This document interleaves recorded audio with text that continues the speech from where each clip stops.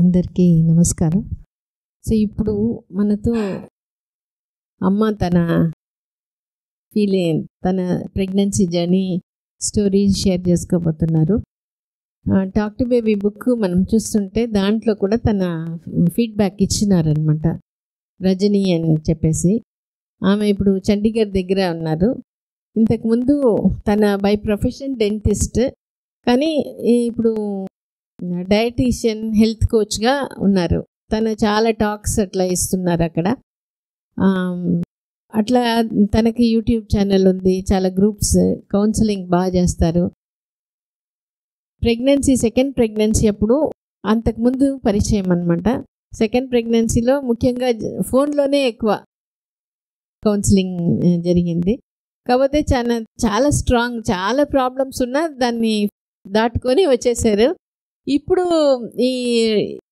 ఇప్పుడు ఉండే దీంట్లో కూడా ఏంటంటే ఆ కౌన్సిలింగ్ నిన్న తను చెప్పినప్పుడు నాకు చాలా హ్యాపీ ఏంటంటే, ముగ్గురు సూసైడల్ టెండెన్సీ ఉండిందంట, సూసైడ్ చేసుకుంటాము అటువంటి వాళ్ళకి కౌన్సిలింగ్ ఇచ్చి వాళ్ళు ఇప్పుడు చాలా బాగా చేస్తున్నారు, ఆ థాటే వదిలిపెట్టేసేసి. సో అది నాకు చాలా సంతోషం, చాలా గర్వంగా కూడా ఉండింది, ఎంత బాగా చేసుకోగలుగుతున్నారు అని చెప్పేసేసి. ఆ ఒక్క విషయాని కోసం అందరూ ఒక్కసారి క్లాప్స్ కొట్టేస్తాం. హలో అండి, నమస్తే అందరికీ. యాక్చువల్లీ నేను డెంటిస్ట్ని ఒక 5 సంవత్సరాలు నా ప్రాక్టీస్ ఉన్నింది. ఆ టైంలో మెడికల్ క్యాంప్స్ అటెండ్ అయ్యేటప్పుడు ఒక డెంటిస్ట్గా నేను వెళ్ళేదాన్ని. మేడంని అప్పుడు యాజ్ ఎ గైనకాలజిస్ట్ అక్కడ మెడికల్ క్యాంప్లో చూశాను. ఆ టైంలో మేడం ఎలా ఎవ్రీ పేషెంట్, అంటే మెడికల్ క్యాంప్లో అందరూ కొత్త వాళ్ళే వస్తుంటారు కదా ఆ టైంలో, విలేజెస్ నుంచి. సో వాళ్ళ ప్రాబ్లమ్స్, వాళ్ళ లాంగ్వేజెస్ ఒక్కొక్కరు ఓపెన్గా, చాలా విలేజ్ నుంచి అంటే చాలా జెన్యూన్గా ఎక్స్ప్రెస్ చేస్తూ ఉంటారు. ఎక్స్ప్రెస్ చేసినప్పుడు మేడం ప్రతి పేషెంట్తో వాళ్ళ సైకాలజీకి తగ్గట్టు వాళ్ళని సపోర్ట్ చేస్తూ మాట్లాడడం నేను చూశాను. నాకు ఏదో చాలా గుడ్ ఫీలింగ్ వచ్చింది. అప్పుడు నాకు మేడం పరిచయం లేరు. సో ఒక 2-3 రోజులు వరుసగా మెడికల్ క్యాంప్లో ఉన్నప్పుడు చాలామంది డాక్టర్స్ అన్ని డిఫరెంట్ ఫీల్డ్స్లో ఉండేవాళ్ళు, కానీ ఈ మేడంతోనే నాకు ఎందుకో మాట్లాడాలి అనిపించే ఫీలింగ్ ఉండేది. ఎందుకంటే నేను చూశాను ద వే పేషెంట్స్తో మేడం మాట్లాడటం. ఆ టైంలో నాకు ఏం ప్రాబ్లం లేదు, బట్ ఎందుకో నాకు మేడంతో పరిచయం పెంచుకోవాలి అనిపించింది. వెళ్ళంగానే మేడం వెళ్ళంగానే పక్కనే ఉన్నాను కాబట్టి నేను ఎవరో తెలుసు. వెంటనే ఒక చెనక్కాయ ముద్ద చేతిలో పెట్టారు. సో నాకు అర్థం కాలేదు ఏంటి అంటే, చూడు దీంట్లో ఎంతో న్యూట్రిషన్ ఉంటుంది, ఇలా క్యాంప్స్ వచ్చినప్పుడు కూడా నువ్వు సపోర్ట్ చేసుకోవచ్చు, అట్లా ప్రతి ఒక్కరికి ఇస్తూ ఉన్నారు చిన్న లేడీస్కి. I had a very good feeling అని చెప్తాను. అంటే ఒక పాజిటివ్ ఇంప్రెషన్ మేడం మీద అప్పుడు ఉన్నిందని. అండ్ సో ఎవ్రీ మెడికల్ క్యాంప్లో అలా కలిసాము. ఆ తర్వాత నేను సౌత్ ఇండియాను వదిలేసి నార్త్ ఇండియాకి షిఫ్ట్ అయిపోయాము. ఇట్స్ బీన్ 19 years షిఫ్ట్ అయిపోయి. నాకు అప్పటికి ఒక బాబు ఉండేవాడు. ఇక్కడ మెడికల్ క్యాంప్స్ ఉన్న టైంలో నాకు ఒక బాబు. Now he's 27 years, he's married. ఆ తర్వాత నేను సెకండ్ ప్రెగ్నెన్సీకి ఏమీ అంటే ఫస్ట్ ప్రెగ్నెన్సీ ప్లాన్ చేయకుండానే ఐ హ్యాడ్ ద బేబీ. అప్పుడు నేను చదువుకుంటూ ఉండేదాన్ని, చాలా కష్టపడ్డాను. హాస్టల్లో ఉండి 9th month వరకు హాస్టల్లో ఉండి చాలా ప్రాబ్లమ్స్ ఫేస్ చేశాను. కాలేజ్కి వెళ్ళాలి, చదువుకోవాలి, వర్క్ స్ట్రెస్, హాస్టల్లో ఉండి ఆ ఫుడ్ తినడం, ఏదో అలా మేనేజ్ అయిపోయింది. ఆ ప్రెగ్నెన్సీ బేబీ కనేసాను, నార్మల్ డెలివరీ అయిపోయింది, అంతే. సెకండ్ ప్రెగ్నెన్సీ అంటే కొంచెం నా ప్రొఫెషన్ని నేను స్టెబిలైజ్ చేసుకోవాలి అని నేను సెకండ్ ప్రెగ్నెన్సీని ప్లాన్ చేసుకోలేదు. ఎప్పుడైతే ప్లాన్ చేసుకోవడం స్టార్ట్ చేశానో నాకు వరుస పెట్టి అబార్షన్స్ అవుతూ వచ్చేవి. ఒకసారి మేడం కూడా నాకు క్లియర్ చేశారు ఆ బ్లాక్స్ అన్నీ. అప్పుడు అంతే, ఆ జర్నీ అలా అయిపోయింది. అంటే నాకు చాలా వీక్నెస్ కూడా ఉన్నారు. సో మేడం కూడా ఫస్ట్ నీ హెల్త్ చూసుకోమ్మా, తర్వాత ఆలోచిద్దామన్నట్టు కూడా చెప్పారు. ఆ తర్వాత నేను ఇక్కడి నుంచి షిఫ్ట్ అయ్యి వెళ్ళిపోయిన 5 years తర్వాత అది అన్ఎక్స్పెక్టెడ్ జర్నీ. నేను చెన్నై నుంచి ట్రైన్లో వస్తుంటే లక్కీగా ఆల్రెడీగా నా టికెట్ ఎగ్జాక్ట్లీ మేడం పక్క సీటే. So you know what how fortunate I was. So పక్క సీటే ఉండడం వల్ల నాకు అసలు ఇలా బల్బ్ వెలిగినట్టు అయిపోయింది. మేడం అంటే గూస్ బంప్స్ వచ్చాయన్నమాట. ఇంకా మేడంతో కూర్చున్నాను, ఏంటి ఇన్ని రోజులు ఏం జరిగింది అన్నీ చెప్పాను. ఇంకా నేను వదిలేసుకున్నాను మేడం, సెకండ్ ప్రెగ్నెన్సీ వెక్స్ అయిపోయాను, అబోర్షన్స్ అన్నీ అయితే. అంటే లేదు you should plan a baby, బేబీని ఖచ్చితంగా నువ్వు కనాలి, అని మోటివేషన్ స్టార్ట్ చేశారు. అంటే వదులుకున్న దాన్ని మోటివేషన్, నాకు ఇంకో బేబీ ఉండాలి అన్న ఒక బీజం మైండ్లో వేశారనమాట. అప్పటి నుంచి నేను స్టార్టెడ్ థింకింగ్, బట్ ఒక ఫియర్ ఉండేది అబార్షన్ అవుతుంది అని. ఓకే, వెళ్ళాను, I planned, I got conceive అయ్యాను. కన్సీవ్ అయినా కూడా నాకు 5th month ఎండింగ్లో లీక్ అయిపోయి ఐ లాస్ ద బేబీ. ఇంకా అసలు హోప్స్ వదిలేసుకున్నాను. అందరు డాక్టర్స్ కూడా అక్కడ, ఇంకా నువ్వు అసలు సెకండ్ ప్రెగ్నెన్సీకి మేము అసలు స్ట్రిక్ట్గా అడ్వైస్ చేయము, నిన్ను కోల్పోతారు అంటే ఇట్స్ ఎ కాంప్లికేషన్ ఉన్నింది నా అనగానే మేడం చెప్పింది no you should have a second baby అన్నది ఉన్నిందనమాట. నాకు ఆ రోజు డేట్ వచ్చి June 15th ఆ ఇయర్. సో నేను అనుకున్నాను మేడం చెప్పిన వర్డ్స్, నో వీళ్ళందరూ వద్దని చెప్తున్నారు, నీ సంకల్పం గట్టిగా ఉంటే ఏదన్నా సాధించవచ్చని మేడం ఎప్పుడు అలా మోటివేషన్గా చెప్పేవాళ్ళు. So I thought next June 15th లోపల ఖచ్చితంగా నేను ఒక బేబీని కంటాను. వాళ్ళు ఏం చెప్తున్నారో దానికి ఆపోజిట్గా నేను మైండ్లో అనుకున్నాను, నెక్స్ట్ June 15th లోపల నాకు ఒక బేబీ ఉంటుంది. బయటకు వచ్చి తిరిగి నా హస్బెండ్ ఏడుస్తున్నారు, ఇంట్లో మా అబ్బాయి ఏడుస్తున్నాడు, నాకు ఇలా జరిగిందని. ఎందుకు ఏడుస్తున్నారు, నెక్స్ట్ 15th లోపల ఇంకో బేబీ ఉంటుంది కదా అని నేను చాలా ఏడవకుండా చాలా హ్యాపీనెస్, ఎందుకంటే ఆల్రెడీ నేను ఎక్స్పీరియన్స్ అవ్వడం స్టార్ట్ చేశాను. By next year June 15th లోపల ఒక బేబీ ఆల్రెడీ పుట్టేస్తారు. సో ఆ ఫీలింగ్ నేను ఇప్పుడు తెచ్చుకున్నాను. యాక్చువల్లీ ఏడవాలి కదా, నేను ఏడవలేదు. సో ఆ ఫీలింగ్ నేను ఇప్పుడు తెచ్చుకున్నాను. జరిగిన విషయం మేడంకి ఫోన్ చేసి చెప్తే, ఈ సంకల్పాన్ని ఇలాగే పెట్టుకో మేడం, నాకు ఇలా ఓవర్లోడెడ్ సిస్ట్, లాప్రోస్కోపిక్ సర్జరీ చేయాలి, plus I'm unfit for pregnancy అని కూడా చెప్పేసరికి అన్నీ ఓకే, నీ సంకల్పం గట్టిగా పెట్టుకో అంతే, నువ్వు ఎలా అనుకుంటున్నావు అలాగే గట్టిగా ఉండు, ధ్యానం చేయి, ఎక్సర్సైజ్ చేయి, బ్రీతింగ్ ఎక్సర్సైజ్, యోగా అన్నీ చేయి, 3 monthsలో చూడు ఎంత మార్పు వస్తుందో నీలో అని చెప్పారు. ఎగ్జాక్ట్గా 3 months తర్వాత నేను స్కానింగ్కి వెళ్తే డాక్టర్ వచ్చి, అక్కడ నార్త్ ఇండియాలో ఇట్స్ నియర్ బై షిమ్లా అనమాట నేను ఉన్నింది, ఆవిడ పాత స్కానింగ్ రిపోర్ట్ కొత్త ఈ లేటెస్ట్ రిపోర్ట్ కంపేర్ చేస్తే ఇది నిజంగా నీ రిపోర్టేనా అన్నారు. అయ్యో నా రిపోర్టే మేడం అంటే, ఇట్స్ ఎ మెడికల్ మిరాకిల్.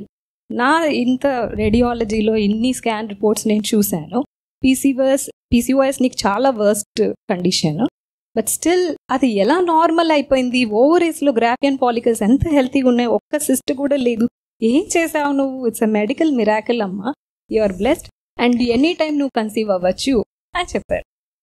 తర్వాత పీరియడ్స్ వచ్చాయి, ఆ తర్వాత గాట్ కన్సీవ్ మేడంకి చెప్పారు. సో యునో ఆ ఫస్ట్ సంకల్పంని హోల్డ్ చేసుకొని అలాగే ఉన్నాను.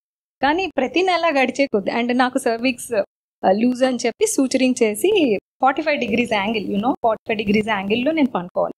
నా నడుము నుంచి కాళ్ళ వరకు ఒక 45 degrees యాంగిల్ ఇలా ఎత్తాలి. అట్లా నేను 7 months బెడ్ రెస్ట్లో ఉన్నాను డెలివరీ వరకు. ఐఎమ్ రెడీ బికాజ్ నేను ఒక బేబీని కనబోతున్నాను, అంతకన్నా ఏం కావాలి, ఇదే ఉంది, నేను చేసేస్తాను. Okay, when I'm going to get, అంటే నాకు ఒక గిఫ్ట్ రాబోతుంది, ఒక బేబీ వస్తుంది నాకు అంటే, ఇవన్నీ ఏముంది, చిన్న మనం అన్నీ చేసేయచ్చు బేబీ కోసం, నేను రెడీ అని చెప్పేశాను. సో ఇంట్లో వాళ్ళు వచ్చి, మాకు నువ్వు ముఖ్యమో బేబీ కన్నా, అంటే నేను కనిపిస్తున్నాను కాబట్టి, అంటే నేను బాగానే ఉన్నాను, ఐఎమ్ పర్ఫెక్ట్లీ ఆల్ రైట్, నాకేమీ కాదు, రెస్టే కదా తీసుకోవడం, పని చేయమంటే కష్టం కానీ రెస్టే కదా తీసుకుంటాను. సో బెడ్ రెస్ట్, అయ్యో పాపం అదంతా ఏమీ లేదు, చక్కగా హ్యాపీగా రెస్ట్ తీసుకున్నాను. నేను చెయ్యాలి, చదవాలనుకున్న పుస్తకాలన్నీ చదివాను, చాలా నాలెడ్జ్ గెయిన్ చేసుకున్నాను. కానీ ఒక్కొక్క మంత్ గడిచే కొద్దీ కొంచెం బెడ్ రెస్ట్ కాబట్టి మేము ఉండే ఊర్లో మాకు గైనిక్ ఫెసిలిటీస్ లేవన్నమాట. సో ఎవ్రీ మంత్ తీసుకోవాల్సిన ఇంజెక్షన్స్ అయితే ఏమి, మెడిసిన్స్ అయితే ఏమి, ప్రతి ఒక్కటి మేడంకి కాల్ చేసేది. అది కూడా మేడం బిజీ అవర్స్ కాబట్టి లేట్ నైట్ మాట్లాడతాం. మేడం పనుకునే ముందు అరౌండ్ 10:30, 10 o'clock, 11 o'clock ఆ టైంలో కొంతసేపు మాట్లాడతారు.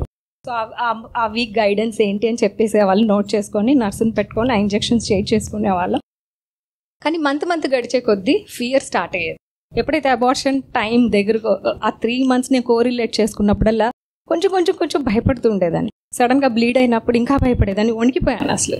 వణికిపోయినప్పుడు మేడంకి కాల్ చేస్తే సంకల్పం గుర్తు చేస్తారు, అది పెట్టుకో అన్నావు కదా, బేబీ వస్తుంది అలాగే అంతే. ఇవన్నీ అలా మనల్ని కొంచెం భయపడుతూ ఉంటాయి, కానీ ఇవన్నీ మనకి పరీక్షలు. మన సంకల్పం ఎంత స్ట్రాంగ్గా ఉంది అనేది పరీక్షలు. కొందరు దానికి బలహీనమైపోయారు అంటే ఏం చెప్పలేం. సో అది స్ట్రాంగ్గా సంకల్పాన్ని, నాకు ఒక బేబీ పుడతారు అన్న స్ట్రాంగ్, ఇది వేరే దారి లేదు, దేవుడికి గిఫ్ట్ ఇవ్వాల్సిందే, ఎందుకంటే నేను స్ట్రాంగ్గా అనేసుకున్నాను. సో ఏం జరిగినా భయపడలేదు. తర్వాత ఆ 5th month ఎపిసోడ్ క్రాస్ అయిపోయాను. 6th, 7th, 8th తర్వాత బ్లీడింగ్ ఏం లేదు. 6th month లో ఉండింది, మళ్ళీ లేదు. సో కొంచెం అప్పుడప్పుడు నొప్పులు వచ్చినా, నువ్వు నన్ను ఏం చేయలేవు, I'm going to give birth for a baby అని నేను అనుకుంటే ఏమున్నా ఇంకేం కాదు, క్రాస్ అయిపోయాను కదా 5th month, ఇంకా నాకేం కాదు. సో తర్వాత డెలివరీకి నాకు ధైర్యం చాలలేదు మా ఊర్లో చేసేదానికి, అంత ఫెసిలిటీస్ లేవు. సో నేను మేడంకి కాల్ చేస్తే, నువ్వు రిస్క్ తీసుకోవద్దమ్మా, సో పలానా వీక్లో అక్కడికి వెళ్ళిపో, అక్కడే ఉండిపో ఆ ఊర్లోనే, సో ఆ టైం వచ్చినప్పుడు డెలివరీ చేసుకో అని చెప్పి అన్నారు. మా హస్బెండ్ కన్విన్స్ అవ్వలేదు, ఇక్కడ అంతా మనుషులు లేరా, ఇక్కడ గవర్నమెంట్ హాస్పిటల్స్లో డెలివరీస్ అవ్వట్లేదా అని నాకు చెప్పారు. ఎందుకంటే ఆయనకు భయం బెడ్ రెస్ట్లో ఉన్నదాన్ని ఎందుకు మూవ్ చేయడం అని. మేడం మాట్లాడిన తర్వాత కన్విన్స్ అయిపోయారు, ఏం మాట్లాడారో కానీ. సో దెన్ ఆ ఊరు వెళ్ళాను. ఆ డాక్టర్ వచ్చి 10 days వెయిట్ చేయొచ్చు, నీకు నార్మల్ డెలివరీ అయిపోతుంది, ఊరు వెళ్ళిపోవచ్చు అంటే నేను వెళ్ళనని మొండి కూర్చున్నాను. ఆ ఊర్లోనే హోటల్లో స్టే చేసి ఒక 2 weeks కరెక్ట్గా ఇంకా డెలివరీ ముందు వెళ్ళాను అనమాట. సో అట్లా నాకు డెలివరీ అయింది. ఆ డాక్టర్ అయితే నీకు నార్మలే అవుతుంది, ఏం ప్రాబ్లం లేదు అన్నారు. But card around the neck, తర్వాత బేబీ హార్ట్ బీట్ పడిపోవడం, నా హార్ట్ కాంప్లికేషన్స్, అది చెప్పు. కాంప్లికేషన్స్ ఉండేసరికి నా హార్ట్ బీట్ కూడా పడిపోయింది. ఎందుకంటే అక్కడ మీటర్స్ పెట్టారు. బాబు హార్ట్ బీట్ అయితే 90 నుంచి I have seen last heart beat around 35 వరకు చూసేసి, ఇంకా డాక్టర్ వచ్చి చాలా కయాటిక్ అయిపోయి అన్ని ఫ్లోర్స్లో ఎవరైతే స్టాఫ్ మెంబర్స్ ఉన్నారో అందరూ ఆపరేషన్ థియేటర్కి వచ్చేసేయండి, ఇట్స్ అన్ మెడికల్ ఎమర్జెన్సీ అని చెప్పి కయాటిక్ సిచ్యువేషన్ జరుగుతుంది. ఇమ్మీడియట్గా నాకు ఆక్సిజన్ పెట్టడం, నన్ను కొట్టడం, నన్ను లేపడం, అటువంటి సిచ్యువేషన్స్ మనకు తెలుస్తున్నప్పుడు ఎంత భయపడతాం. బట్ నేను వచ్చి మళ్ళీ అది మీరు ఏం చేసినా నేను జంకను, నాకు బేబీ పుడతారు, నేను మదర్గా ఈ మదర్హుడ్ని ఎంజాయ్ చేస్తాను అంతే. దేవుడితో నేను ఇలా మాట్లాడతాను, నువ్వు నన్ను ఏం చేయలేవు, నువ్వు ఆల్రెడీగా నాకు కమిట్ అయిపోయావు నాకు బేబీని ఇవ్వడానికి, సో నేను బాగుంటాను, బేబీ బాగుంటాను. ఏం చేసినా నేను అసలు 1% కూడా మనసులో జంకలేదు. బట్ ఐ వాజ్ బ్రీతింగ్ చాలా కష్టంగా తీసుకుంటూ ఉన్నాను. మాస్క్ పెట్టారు. మా హస్బెండ్ నార్మల్ డెలివరీ నుంచి సిజేరియన్ రూమ్కి మధ్యలో ఒక పాత్వే ఉన్నింది. నన్ను అక్కడికి షిఫ్ట్ చేసేటప్పుడు మా హస్బెండ్ మా సిస్టర్లో కూర్చో ఉన్నారు. ఆ డాక్టర్ వచ్చి హోప్స్ లేవండి అని చెప్పారు. వాళ్ళు అనుకున్నారు నాకు కాన్షియస్ లేదని, కానీ నేను అన్నీ వింటున్నాను. మా హస్బెండ్ టపటప కళ్ళల్లో నీళ్ళు వచ్చేస్తే నేను మాస్క్ ఇలా తీసి వస్తానులే వెయిట్ చేయండి అని నేను చెప్పగలిగినంత చెప్పాను. నేను వస్తాను, బేబీని తీసుకొని వస్తాను, వెయిట్ చేయండి అన్న. సో వాళ్ళంతా ఇలా సీరియస్గా ఉన్నారు. సిజేరియన్ రూమ్లోకి వెళ్ళాము, అయిపోయింది. బేబీ ఏడుపు వినిపించిన తర్వాత నేను డాక్టర్ని పిలిచి అడిగాను, ఈ అమ్మాయి పనుకోమన్నా పనుకోవట్లేదు డాక్టర్ అని ఇప్పుడు ఎవరు అనస్థీషియన్ అంటుంది. అవన్నీ నేను మాట్లాడుతున్నాను వాళ్ళతోటి కంటిన్యూస్గానే, ఎపిడ్యూరల్ ఇంజెక్షన్ చేశారు కాబట్టి. సో సార్ బేబీ ఓకేనా అంటే, బేబీ ఓకే అంటే ఓకే నాకు ట్యూబెక్టమీ చేసేయండి అని కాన్షియస్గా చెప్పేసాం. మళ్ళీ ఎవరు వస్తారు సర్జరీకి అంటే, ఏంటి ఇంత కయాటిక్ సిచ్యువేషన్లో తిని ఇంత షార్ప్గా ఎలా ఉంది, అసలు ఇంత ధైర్యంగా ఎలా ఉంది అనేది వాళ్ళకి అర్థం కాదు. బట్ ఆల్ ఓకేనా అంటే ఆల్ ఓకే, బేబీని ఒకసారి చూపించండి అన్న. చూపించారు, ఆల్ ఓకే కదా, పిడియాట్రిషియన్ పిలవండి అన్నాను. పిలిచిన తర్వాత doctor is the baby okay అన్నాడు. Yes, am I okay, so am I okay అంటే ఎస్ అన్నారు. ఓకే ట్యూబెక్టమీ అన్నాను. నిద్రపోయాను. అప్పుడు అని నేను నిద్రపోయాను అంటే అనస్థీషియా కూడా నా స్ట్రాంగ్ డిటర్మినేషన్ని పని చేయలేదు. Okay, so all these happened. ఆ రోజు ఈవినింగ్ ఆ డాక్టర్ వచ్చి మా హస్బెండ్తో చెప్తుంది, రజనీ గిన్న మీ ఉండే ఊర్లో ఇదే సిచ్యువేషన్ ఫేస్ చేసి ఉంటే మీరు ఈరోజు తల్లి బిడ్డని మర్చిపోయి ఉండొచ్చు. ఇదేదో మెడికల్ మిరాకిల్, నా ఇన్నేళ్ల ఎక్స్పీరియన్స్లో ఇంత స్ట్రాంగ్ పర్సనాలిటీని నేను చూడలేదు అని చెప్పి అన్నారు. అంటే మన సంకల్పం ప్రభావం ఎంత ఉంటుందో చెప్పండి. యూనివర్స్ కూడా మన మాట వినాల్సిందే, సో దేవుడైనా వినాల్సిందే. మనం అంతా ఆయన బిడ్డలం, మనం అడిగితేనే ఆయన కోరిక, అమ్మ అడిగితేనే అన్నం పెడుతుంది అంటారు. అలా దేవుడు కూడా మనకి తల్లిదండ్రులే కదా. సో మనం ఆ మాట ఎంత స్ట్రాంగ్గా పెట్టుకుంటామో అన్ని పరీక్షలు ఎదురవుతాయి. ఎన్ని పరీక్షలు ఎదురైనా జంకకూడదు, హోప్స్ వదులుకోకూడదు, ఫెయిత్ వదులుకోకూడదు. ఇది నాకు సంకల్ప బీజం వేసిందే మేడం. ఫోన్ కాల్లోనే నన్ను ఎంతో సపోర్ట్ చేశారు. నా సెకండ్ ప్రెగ్నెన్సీలో గైనకాలజిస్ట్ మేడమే. నా 2 పిల్లలు ఏజ్ గ్యాప్ వచ్చి 10 ఏళ్ళు. సో నాకు యాక్చువల్లీ ఫ్యామిలీ ఇష్యూస్ కూడా చాలా ఉండేవి. ఎందుకు అబార్షన్స్ అయినాయి అంటే ఈ ఫ్యామిలీ మెంటల్ స్ట్రెస్ వల్ల, సరిగా తినక. సో మన హెల్త్ మనమే పాడు చేసుకుంటాం. అందరూ మనకి స్ట్రెస్ క్రియేట్ చేస్తారు, కానీ అది మన బాడీలోకి ఎప్పుడు తీసుకుంటామంటే అవన్నీ మనకు తీసుకున్నాం. సో లక్ష్మణ రేఖ అని రామాయణంలో మనకు చెప్తారు. సో అట్లా మన చుట్టూ కూడా ఒక లక్ష్మణ రేఖ గీసుకోవాలి. ఒకరి వల్ల మనకి సమస్యలు వచ్చినా, ఒకరి వల్ల మన ఆలోచనలు పాడైనా, అది మనసులో ఆ గీత దాటి వచ్చినప్పుడే మనం పాడవుతాం, మన శరీరం పాడవుతుంది, వాళ్ళ ఆలోచనలు ఇబ్బంది అవుతాయి. సో ఆ లక్ష్మణ రేఖ చాలా స్ట్రాంగ్గా చూసుకోవాలి. ఎవరు మనల్ని ఏమీ చేయలేరు. సో ఇటువంటి యాటిట్యూడ్స్ మనం లైఫ్లో తీసుకుంటే మనం కేవలం ప్రెగ్నెన్సీయే కాదు, ఎన్నో సమస్యలకి మన ఫ్యామిలీలో మనమే పరిష్కారం ఇవ్వగలుగుతాం. That's how I want every women to be very very very strong. So ఇది madam talk to baby book రాయకముందే నాకు గైడెన్స్ చేశారు. అండ్ మీరందరూ ఎంత అదృష్టవంతులు, ఎవ్రీ వీక్ రావచ్చు కౌన్సిలింగ్కి, వాళ్ళందరూ ఉన్నారు, డైట్ గైడెన్స్ నాకు ఎవరు ఏమీ లేరు. అంత దూరంగానే ఉండి మేడం ఒక్క వారానికి లేదంటే 10 రోజులకు, సమ్టైమ్స్ మంత్కి ఒకసారి మాట్లాడు, ఆ ఒక్క మాట స్ట్రాంగ్గా పెట్టుకొని నేను చేశాను అనమాట. సో నేను ఇలా చేయగలను, సాధించగలను ఒక ఆలోచనతో ఉన్న యాటిట్యూడు నా ప్రొఫెషనల్ లైఫ్ మార్చేసింది. ఈరోజు నేను ఈ లైఫ్లో నేను ఈ స్టేజ్లో ఉన్నాను, అచీవ్ చేశాను అంటే అంతా మెంటల్ హెల్త్ ప్రాసెసే. So mental health is very important. మీ ఆలోచనలు మన బాడీలో ఉండే కొన్ని కోట్ల కణాలుతో మాట్లాడుతుంది. మీరు ఎవరితో మాట్లాడకపోయినా, అది బేబీ ఉన్నా లేకపోయినా, మామూలుగా లైఫ్లో కూడా ప్రతి ఆలోచన మీరు వదిలేసి ఉంటారు ఒక మాట అనుకోని, కానీ ఆ మాట ప్రతి కణంతో మాట్లాడుతుంది. నా బతికింతే, నాకింతే, నాకు హెల్త్ ఇంప్రూవ్ అవ్వదు అంటే ప్రతి కణం ఓకే నీ హెల్త్ ఇంప్రూవ్ అవ్వదా, సరే నేను అలాగే చేస్తా. సో మీ హెల్త్ ఇంప్రూవ్ అవ్వదు. ఏం జరిగినా I'm going to do this, ఇది నాకు జరుగుతుంది, ఆ హెల్త్ ఇంప్రూవ్ అవుతుందంటే కణం వింటుంది, ఓకే దాని తగ్గట్టుగానే పనిచేస్తుంది. టాక్ టు బేబీ కూడా అట్లాంటిదే. మీరు ఇప్పుడు టాక్ టు బేబీ ఏం చెప్పుకున్నావమ్మా? తర్వాత ఎట్లా ఉంది? కంప్లీట్ బెడ్ రెస్ట్లో ఉన్నప్పుడు భయపడినప్పుడు నేను బేబీకి చెప్పేదాన్ని, నాకు కొంచెం సేపే భయం వేసింది, నువ్వు భయపడి బాకు, ఏం కాదు ఏదో కొంచెం భయపడ్డాను అంతే, ఇప్పుడు బాగానే ఉన్నాను, నువ్వు మటుకు భయపడబాకు, నేను మటుకు నిన్ను జాగ్రత్తగా చూసుకుంటాను. కానీ కన్సీవ్ అవ్వకముందు ఎప్పుడైతే స్కానింగ్ అయ్యి ఆ డాక్టర్ నీ ఫాలికల్స్ బాగున్నాయి, you are ready to conceive any time అన్నప్పుడు నేను ఏమనుకున్నానంటే, ఈవినింగ్ వాక్ బయట చేసినప్పుడు ఆకాశంలో అలా చూసిను, I believe in energies. So okay baby, నేను ఇప్పుడు నా బాడీని రెడీ చేశాను, come any time, I'm ready for you. So నీకు 100% సేఫ్టీ ఇవ్వడానికి ఎందుకంటే 3 సార్లు నేను సేఫ్టీ ఇవ్వలేదు బేబీకి, ఇప్పుడు నా బాడీ 100% హెల్తీ అండ్ నీకు 100% సేఫ్టీ నేను ఇస్తాను, నా బాడీ రెడీగా ఉంది, కమ్ ఎనీ టైం అన్న. It happen just in a week అనమాట. తర్వాత అన్నీ అలా జరిగిపోయినాయి. సో టాకింగ్ ఆ బేబీకి భయం అనేది ఉన్నప్పుడు నాకు ఇంకా అట్లా అని చెప్పుకోవడం అండ్ కంప్లీట్ ఫోకస్. ఎప్పుడైనా నెగిటివ్ థాట్ వస్తే దాన్ని ఎంకరేజ్ చేయను అనమాట. అంటే ఎమోషన్ వచ్చేంతవరకు, అంటే ఏదైనా ఒక థాట్ వచ్చినప్పుడు మనకి ఏడుపు వచ్చిందంటే అది ఎమోషన్. ఒక థాట్ వచ్చినప్పుడు ఫీలింగ్ ఎక్కువసేపు ఉంచుకోకుండా ఉంటే ఆ ప్రభావం మన మీద ఉండదు. ఫస్ట్ మనమే కదా, ఆ తర్వాత బేబీతో కనెక్ట్ అవుతాం.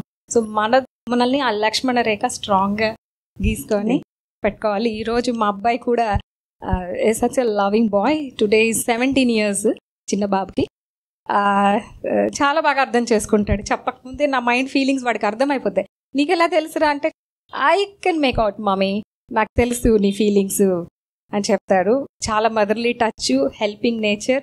నేను ఎటువంటి క్యారెక్టర్స్ అయితే ఇలా ఉండాలి నా బిడ్డలో అని అనుకున్నాను. ఈరోజు నేను కొన్ని చెప్పకపోయినా ఆ క్యారెక్టర్స్ యాటిట్యూడ్ వాళ్ళల్లో డెవలప్ అయింది. అండ్ నేను ఎప్పుడు అనుకుంటూ ఉండేదాన్ని, ప్రతి అబ్బాయి ఒక అమ్మాయికి ఎప్పుడు రెస్పెక్ట్ ఇవ్వాలి. అది వైఫ్ అయినా, అమ్మ అయినా, చెల్లెలైనా, ఫ్రెండ్ అయినా, సొసైటీలో అయినా ఆ రెస్పెక్ట్ ఉండాలి అని కోరుకునేదాన్ని. ఈరోజు నా 2 కొడుకులు చాలా చాలా బాగా ప్రేమగా మాతో, మా పెద్దవాడు వాళ్ళ వైఫ్తో, ఆపోజిట్ లేడీస్తో వాళ్ళు ఇచ్చే ఆ support and respect, it's amazing. So you can do anything. మీ పిల్లల్లో మీరేం కోరుకుంటున్నారో నా బిడ్డతో ఉండాలి. అమ్మాయి అయినా అబ్బాయి అయినా, హెల్త్ వైజ్ అయితే ఏమి, మెంటలీ వాళ్ళ ఆలోచనలు అయితే ఏమి, రేపు ఫ్యూచర్లో నా బిడ్డట్లో ఉండాలి అనుకో, అన్నీ మీ ఆలోచనతోనే ఆ రియాలిటీని మీరే క్రియేట్ చేయొచ్చు. అందుకే తల్లి కూడా దేవుతో పోలిస్తారు కదా. You are the creator. Yes, చాలా చాలా సంతోషం. ఎందుకంటే ఛత్రపతి శివాజీ వాళ్ళ అమ్మ కూడా అదే చెప్తారు, లేడీస్ని గౌరవించే కొడుకే పుట్టాలి అని. సో ఇటువంటి ఇప్పుడు మనకి ఇది ఒక long term feedback. So I think 18 years కదా. అంటే మీరు టాక్ టు బేబీ వచ్చి ప్రెగ్నెన్సీ వచ్చిన తర్వాత మాట్లాడడం స్టార్ట్ చేశారు. నేను రాకముందు నుంచే మాట్లాడడం స్టార్ట్ చేశాను. అంతే కదా. Okay okay. సో నా ఫీలింగ్స్ కి తగ్గట్టుగా రైట్ బేబీ రైట్ సౌల్ నా బాడీలోకి ఎంటర్ అవుతుంది అన్న నమ్మకం. అడగలేదండి దేవుడిని ఎప్పుడు నాకు ఇది కావాలి అది కావాలి, మీకు వేరే దారి లేదండి మీరు ఇవ్వాల్సిందే అనేదాన్ని. సో దేవుడితో నేను అలా మాట్లాడదాన్ని, వేరే దారి లేదు నీకు నా ప్రెగ్నెన్సీకి ఇవ్వాల్సిందే అని అట్లా అడిగేదాన్ని. సో అట్లా ఎట్లా అలవాటు వచ్చింది, ఎవరిని చూసి వచ్చింది? నువ్వు దేవుడిని నువ్వు ఖచ్చితంగా ఇవ్వాలి అని అంటే మీరు వచ్చి స్ట్రాంగ్ డిటర్మినేషన్ గురించి నాకు చెప్పారు. పాజిటివ్ గా ఇలా అనుకో అనేదాన్ని, అదే అనుకోవడం అనేదాన్ని నేను దేవుడి మీద కమాండ్ చేయడం స్టార్ట్ చేశాను. అంటే చనువుతో. మీ అమ్మతో మీరు క్లోజ్ గా ఉంటే అప్పుడప్పుడు చనువుగా మాట్లాడతారు కదా, ఆ చనువుతోనే నేను దేవుడు అని చూడకుండా ఆయన కూడా ఒక నా ఫ్రెండ్ నా ఫాదర్ లాగా నేను చూశాను. ఓకే అంతే. చాలా చాలా మెయిన్ సిజేరియన్ టైం అది అసలు డెలివరీ టైంలోనే నన్ను బాగా పరీక్షించారు నా ఫీలింగ్స్ ని. ఎవరేమన్నా చేయని ఇలాగే నవ్వుకుంటున్నాను నేను మైండ్ లో, నువ్వు మటుకు నన్ను ఏం చేయలేవు, నీకు వేరే దారి లేదు, నాకు బిడ్డని ఇవ్వాల్సిందే, నేను ఒక మదర్ గా ఎంజాయ్ చేయాల్సింది. Very good very good. And yes it happen. చాలా చాలా సంతోషం. We are all very happy. ఎందుకంటే మీ నోటి నుంచి ఈ స్టోరీ, ఈ గోల్ మీది ఈవెన్ పుట్టక ముందే అటువంటి తల్లిలు ఎక్కువగా కావాలి. అటువంటి ఒక తల్లిని చూసేసినాను, చాలా సంతోషం. దీనికి కారణం మేడం కూడా లేండి, అఫ్ కోర్స్. అండ్ ఈరోజు ఆ యొక్క ఇంటెన్షన్ పవర్ తోనే నేను I'm really achieving so many things. చాలా మంది లేడీస్ లైఫ్స్ నేను టచ్ చేయగలుగుతున్నాను. Yes. Okay ma'am, thank you.